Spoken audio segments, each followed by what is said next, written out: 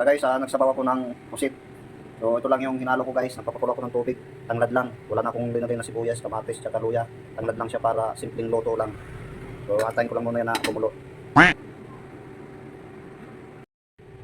Ayan na guys, kulong-kulo na yung tubig. So ngayon, ilalagay ko na tong pusit. Yan, para maluto kagad siya. Hindi natin lalagayin yan, medyo hapok lang ang pagkaluto.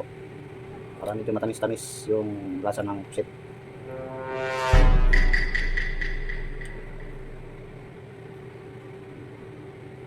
Tapan muna natin. Tingnan natin guys, medyo lumulubo na siya. So ayan, lumulubo na. Timplahan na natin siya ng asin. Huwag lang natin damihan, ganito lang karami. Ayan. Tapan natin ulit.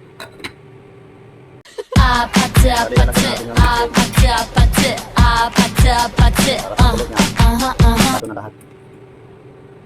Kunti lang na sabaw yung nilagay ko nito, medyo nagtubig yung pusit kaya dumami na yung sabaw.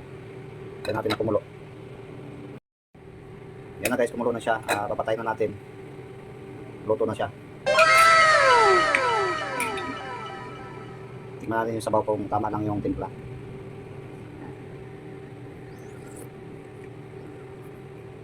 Panalo. Tamang tama lang.